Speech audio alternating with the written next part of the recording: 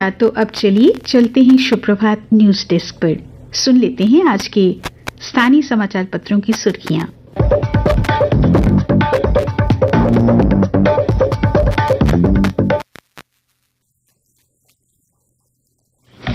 धन्यवाद सुनीता।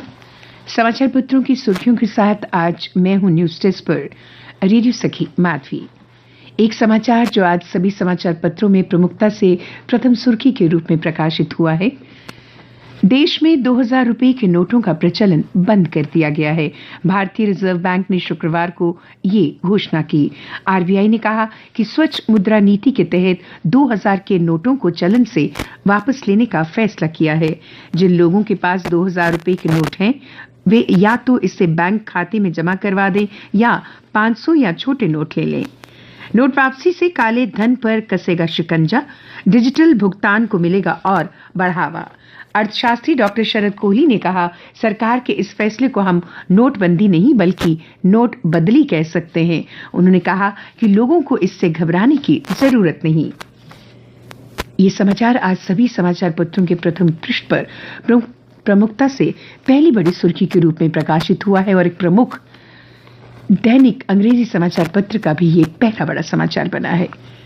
प्रधानमंत्री नरेंद्र मोदी ने चीन और पाकिस्तान को सख्त संदेश देते हुए कहा कि भारत अपनी सीमाओं की रक्षा, संप्रभुता व अखंडता के सम्मान के लिए पूरी तरह से तैयार है।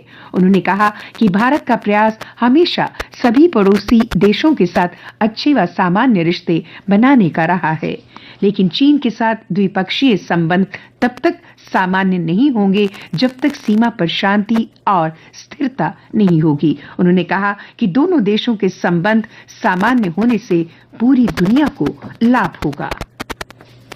नेशनल टेस्टिंग एजेंसी ने जम्मू कश्मीर में 21 मई से शुरू होने वाली CUET यानी central university entrance test UG 2023 की परीक्षा की तिथि में बदलाव कर 26 मई कर दिया है।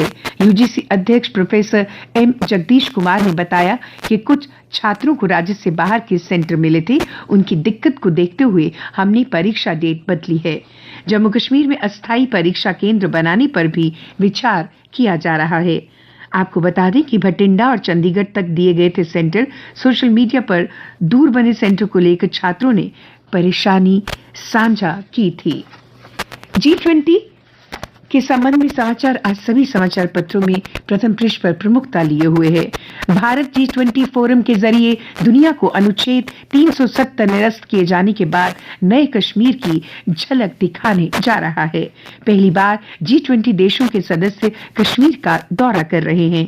घाटी में केंद्रीय गृह मंत्रालय ने श्रीनगर में 22 मई से शुरू होने वाली तीसरी पर्यटन वर्किंग ग्रुप मीटिंग के लिए विदेशी मेहमानों को जन्नत कहे जाने वाले और 1990 के दशक से पूर्व के कश्मीर की झलक से रूबरू कराने का खाका तैयार कर लिया है। 2 दिवसीय कार्यक्रम में विदेशी मेहमान जम्मू कश्मीर की प्राचीन परंपरा, समृद्ध विरासत, संस्कृति और प्राकृतिक खूबसूरती से परिचित होंगे। वाराणसी के ज्ञानवापी परिसर में मिली शिवलिंग जैसी आकृति की उम्र पता लगाने के लिए कार्बन डेटिंग और वैज्ञानिक सर्वे पर सुप्रीम कोर्ट ने फिलहाल रोक लगा दी है। इलाहाबाद हाई कोर्ट के निर्देश पर अगले आदेश तक रोक लगाते हुए शीर्ष अदालत ने कहा, ये बेहद गंभीर मामला है, इसमें जल्दबाजी दिखाने की जरूरत नहीं। यूपी सरकार की ओर से पेश सॉलिसिटर जनरल तुषार मेहता ने कहा, ढांचे को नुकसान नहीं होना चाहिए।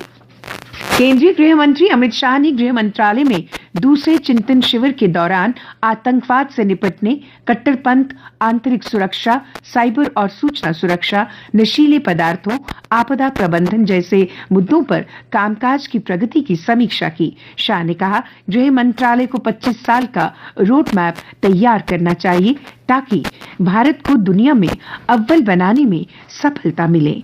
उन्होंने कहा, भारत को हर क्षेत्र में सर्वप्रथम बनने से अब कोई नहीं रोक सकता। जम्मू शहर में जाम से छुटकारा और सुचारू यातायात व्यवस्था के लिए नगर निगम और जेडीए ने अलग अलग स्थानों पर पार्किंग बनाई हुई है। इसके लिए टेंडर तक जारी किए गए हैं, जिसमें 2 पहिया और 4 पहिया वाहन की फीस का जिक्र किया गया है। इसके बावजूद जम्मू डेवलपमेंट अथॉरिटी यानी जेडी की कुछ पार्किंग में अवैध वसूली भी हो रही है। ठेकेदार के कर्मी 5 से 25 तक कार पार्क करने के 25 रुपए ले रहे हैं, जबकि फीस 15 रुपए है। इसी को मद्देनजर रखते हुए पार्किंग बोर्ड लगवाए जाएंगे और इस मामले पर कार्रवाई भी होगी। और श्रोताओं, अब अन्य समाचारों के साथ मेरी साथी श्रुति अरोड़ा। धन्यवाद माधवी। प्रधानमंत्री ने कहा, G20 का अध्यक्ष होने के नाते G7 में भारत की भागीदारी महत्वपूर्ण। ग्रुप ऑफ 7 शिखर सम्मेलन में चौथी बार शामिल होने पहुंचे जापान। भारतीय जेलों से रिहाई के बाद वतन लौटे 22 पाकिस्तानी बंदी, 12 बंदियों को गुजरात और 10 को लाई अमृतसर पुलिस।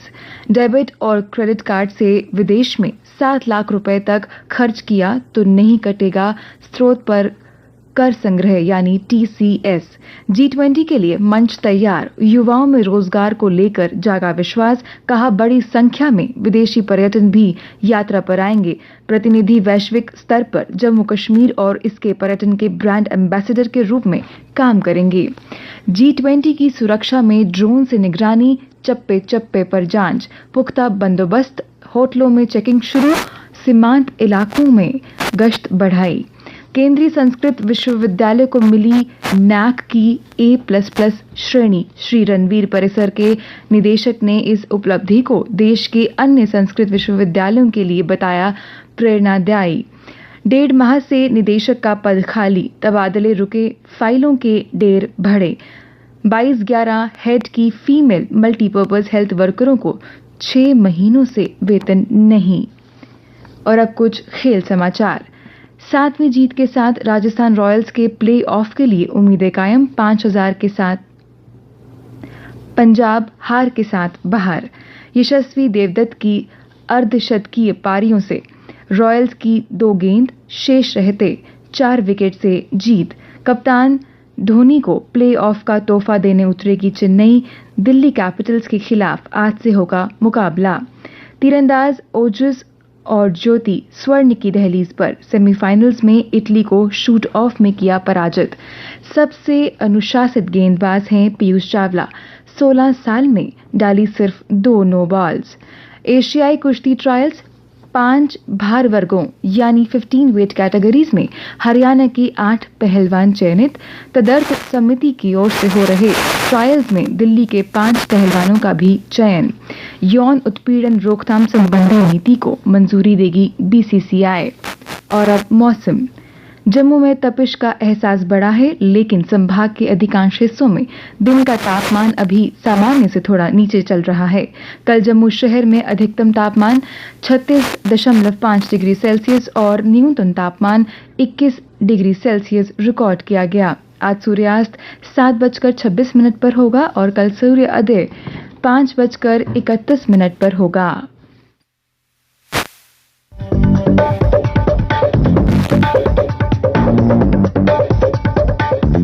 धन्यवाद न्यूज डेस्क की सारी टीम को समाचारों के लिए।